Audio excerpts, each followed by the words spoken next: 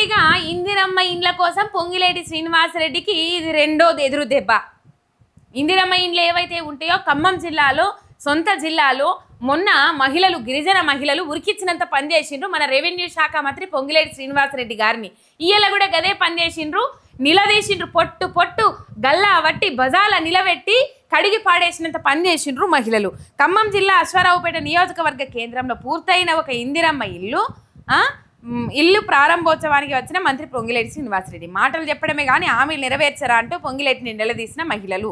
ఒక్క ఇల్లు అటనొల్ల ఒక్క ఇందిరమ్మ ఇల్లు పూర్తయితే దానికి ప్రారంభం చేయడానికి వచ్చిండట. ఈ ఇళ్ళది గమ్మతున్నది కదా కథ.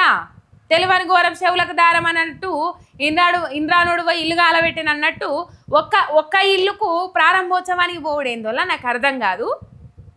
ఉన్నోళ్ళ అందరికి ఇల్లులు ఇచ్చినట్లు ఒక్క ఇల్లు ప్రారంభోత్సవానికి పోవడైంది.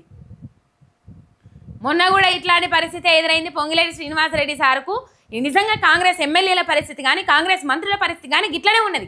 ఏడవైనా గిట్లనే ఉన్నది. ఏడవైనా ప్రశ్నిస్తా ఉన్నారు, నిలదీస్తా ఉన్నారు, గల్లా బట్టి నిలదీసినంత పనిచేస్తూ ఉన్నారు. అందుకే కాంగ్రెస్ మంత్రులు కానీ ఎమ్మెల్యేలు కానీ ఆఖరికి రేవంత్ రెడ్డి సార్ కానీ ముఖ్యమంత్రి రేవంత్ రెడ్డి సార్ కానీ జనాలకు పోయేందుకు భయపడతా ఉన్నాడు. ఎందుకు భయపడరోల్లా? ఇచ్చిన హామీలు అమలు చేసిండ్రా? 100 రోజులలో 6 గ్యారెంటీలు అమలు అవుతాయి, మీరు కళ్ళు మూసుకొని చూడరు, 100 రోజులలో అన్ని మీ ఇంట్లోకి వచ్చి చేరిపడతాయి అని అన్నారు. ఇవాళ లంక బిందెలు అనుకున్నాం, ఖాళీ కుండలు ఉన్నాయి, ఆనాటి నుంచి చేస్తారు కదా, అసెంబ్లీ ఎన్నికలప్పటి నుంచి చేస్తా ఉన్నారు కదా ప్రచారము. కేసీఆర్ అప్పులకు పై చేసిండు రాష్ట్రాన్ని, అప్పులకు పై చేసిండు రాష్ట్రాన్ని అని చెప్పేసి. మరి కేసీఆర్ గారు అప్పులకు పై చేసిండు రాష్ట్రాన్ని అని తెలిసినప్పటికి కూడా, లంక బిందెలు లేవు అక్కడ ఖాళీ కుండలు అని తెలిసినప్పటికి కూడా మేనిఫెస్టోలో ఎందుకు పెట్టిండ్రు? మేనిఫెస్టోలో ఎందుకు పెట్టిండ్రు? హామీలు మేనిఫెస్టోలో ఎందుకు అమలు చేస్తామని పెట్టుకున్నారు? 100 రోజులలో 6 గ్యారెంటీలు అమలు చేస్తామని అన్నారు కదా.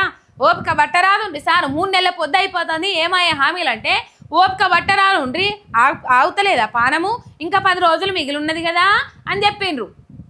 ఇలా 10 రోజులు కాదు కదా, 16 నెలల పొద్దు దగ్గరికి అయిపోయాయి. ఇచ్చిన వాటిలలో సగం మందికి కూడా అందుతలేవు, సగం మంది కూడా అర్హులు లేరు. ఇప్పుడు జూన్లో ఇందిరమ్మ ఇండ్ల ముచ్చట, సగం మంది కూడా అర్హులు లేరుల్లా. సగానికి సగం మంది అర్హులను తీసేసి అడ్డికి పావుచేరు లెక్కన 100 మందిలో 5 మందికి కూడా ఇస్తలేరు. 100 మందిలో ఒక్కరికి ఇచ్చిన ఆశ్చర్యపోవాల్సిన అవసరం లేదు. ఇలా హామీలు అమలు చేస్తామని చెప్పుకుంటూ పోయినరు, హామీలు అమలు లేవు. కాంగ్రెస్ కార్యకర్తలు నాయకులు ప్రజలలో తిరిగే పరిస్థితి లేదు. ఊళ్ళల్లో కాళ్ళకు బలపాలు కట్టుకొని తిరిగిన కాంగ్రెస్ కార్యకర్తలు కాంగ్రెస్ పార్టీకి ఓటేయండి అని చెప్పేసి బొచ్చ పట్టుకొని బొచ్చల ఓట్లు రాలిపోయింది అని చెప్పేసి ఎదురు చూసిన కాంగ్రెస్ కార్యకర్తలు ఇలా ప్రజలలో తిరిగే పరిస్థితి లేదు, ప్రజలలో తిరిగే సిచ్యువేషన్ లేదు, వాళ్ళకి ముఖాలు లేవు. ఇక మన రేవంత్ రెడ్డి సారేమో మీరు ప్రజలలో తిరుగుండ్రి యాడ సారు ఏ ముఖం పెట్టుకొని తిరుగుమంటారు? ఆ ముచ్చట కూడా ఉన్నది. జర ముంగడికి పోయినాక చూద్దాం మీరు ఎటువంటి గ్యారంటీలు ఇచ్చిండ్రు ఏం కథ అనేది.